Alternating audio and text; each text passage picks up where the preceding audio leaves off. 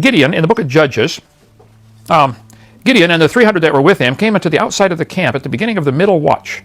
And they had but newly set the watch, and they blew the trumpets and brake the pitchers that were in their hands. And the 3 companies blew the trumpets and brake the pitchers, and held the lamps in their left hands, and the trumpets in their right hands to blow withal. And they cried the sword of the Lord and of Gideon.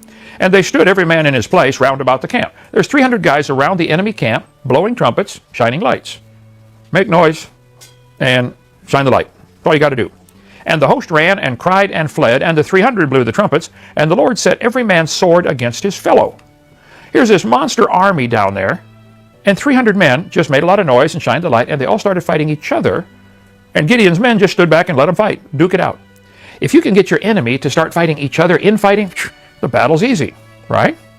It's a great lesson to learn. In 1 Samuel chapter 17, Jonathan, Saul's son, climbed up upon his hands and upon his feet, and his armor-bearer after him, and they fell before Jonathan, and his armor-bearer slew after him. And the first slaughter which Jonathan and his armor-bearer made was about 20 men, within, as it were, an half an acre of land, which a yoke of oxen might plow. And there was a trembling in the host. There was a giant army had come to attack King Saul.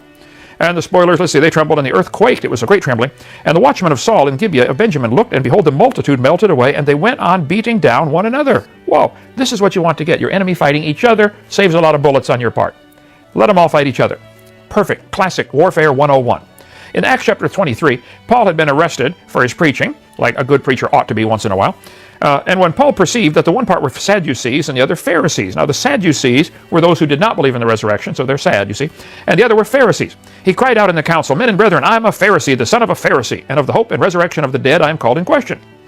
And when he'd so said, there arose a dissension, an argument, a disagreement between the Pharisees and the Sadducees, and the multitude was divided.